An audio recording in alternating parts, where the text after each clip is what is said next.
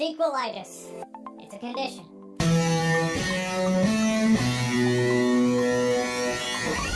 Godzilla, King of the Monsters. So Godzilla, King of Monsters is the sequel to the 2014 Godzilla movie. Explaining the plot, I can either explain it from the Titans' perspective or the humans' perspective. I'm gonna stick with the Titans because it's just a little more clean and concise. Basically, after Godzilla and another huge monster leveled San Francisco, now people know that these Titans have existed. They are real and they're out there, but they're in the state of hibernation. Now Godzilla's gonna throw down with another one to see who's top dog.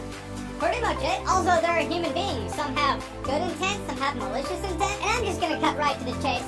The first movie was better, and by the first movie I mean like what, the 23rd Godzilla movie, but for the sake of this movie being a sequel to the last movie, I'm gonna call it the first movie. 2014 Godzilla, I just thought it was better. Granted, 2014 Godzilla I feel like was divisive, but I don't know how divisive because everyone I know, like in life, my actual friends, people I interact with, like in the physical world, not through the internet, we all really liked the last Godzilla movie. There were people online though who were like, I didn't like it didn't show Godzilla enough, it teased him, but then he only showed up at the very end to do some stuff. I get that complaint, but I see why they did it the way they did it in that Godzilla movie. And after seeing Godzilla, King of the Monsters, I really understand why they went that route with the last Godzilla movie. So I will give this movie that. It listened to fans. You wanted to see more Godzilla, you see more of him in this movie. You wanted to see Godzilla fight more monsters, you see more of that in this movie. Aaron Taylor Johnson from 2014 Godzilla was 2-1 note. Now you have Kyle Chandler in this movie, and this dude does everything. He's not one note, he is literally everything. He knows a lot about this piece of tech, he's along for the ride. If there's an away team, he's on that away team. Anyone has a question about something, he has the answer. Anyone has an answer to something, he has a counter that's actually the correct answer. If there's a military tactic that needs to be decided in a room full of military personnel, including commanders and the like,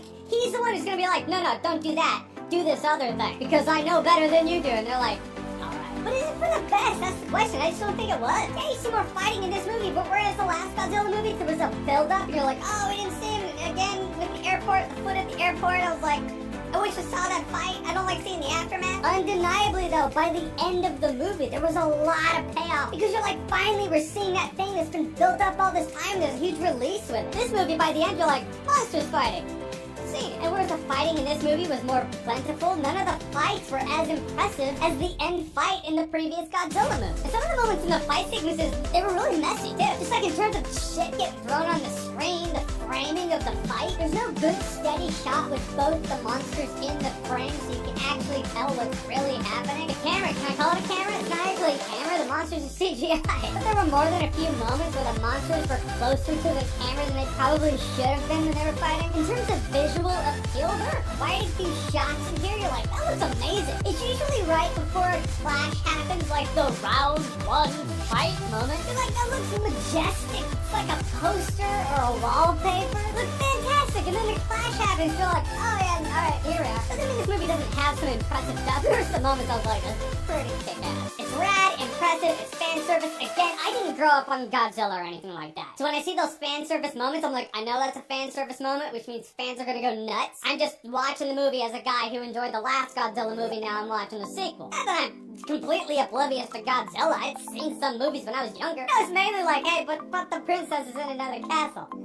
She's not gonna save herself. Or about fan service moments that tie in the monster cinematic universe. Is this a cinematic universe? It's two movies. It's Godzilla and King Kong. Is that enough to make a cinematic universe? Point is, you see those building blocks in this movie too. And if you're a fan of it, you'll think that's pretty cool. So I guess that's the thing right there. That's the point to keep in the pocket. If you're a Godzilla fan who wants to see some Godzilla fan service, you saw the previous Godzilla movie and you're like, and I want to see more Godzilla, this movie's going to give that to you. But that is classic sequelitis, right? It's like, it gives you more, but bigger isn't always better. Unless you're talking about representation of size scale, in which I think Gareth Edwards in his previous Godzilla movie did the scale representation better than they did in this movie. In the 2014 Godzilla movie, Godzilla moved really slow because the bigger something is, the slower it appears to move. In this movie, Godzilla and the other monsters are very quick and nimble compared to how big they're supposed to be. It just makes them look smaller than they should look. And I think this movie has a bit of identity crisis. Some of the dialogue is laughably bad in that way where you're like, but maybe it's supposed to be cheesy. There's a line. Two people make this line in tandem. It's like this. Oh my god. No. I mean, it's in here, and that's not even the biggest one that makes you like, are they doing this on purpose? But it doesn't commit to that, so you don't know if they're trying to be a cheesy 90s action movie or they're trying to elevate the genre somehow and take it more seriously. You don't really know. It's hard to do both. So guys, in the end, Godzilla King of the Monsters has some enjoyment in it, but the plot was kind of sloppy and messy throughout. It's like they were like, let's have monsters fight. We'll just kind of build a bit of a plot around it. Does it work? Kind of. But monsters fight. It's bigger, it's grander, so it's gonna come down to opinion as to whether or not that means better. I personally just don't think it did. In fact, it would be more fun if I were drunk. Yeah, now it's a party. The fact is, if I want to see two beings fight to see who's top dog, I'll just watch Wentworth.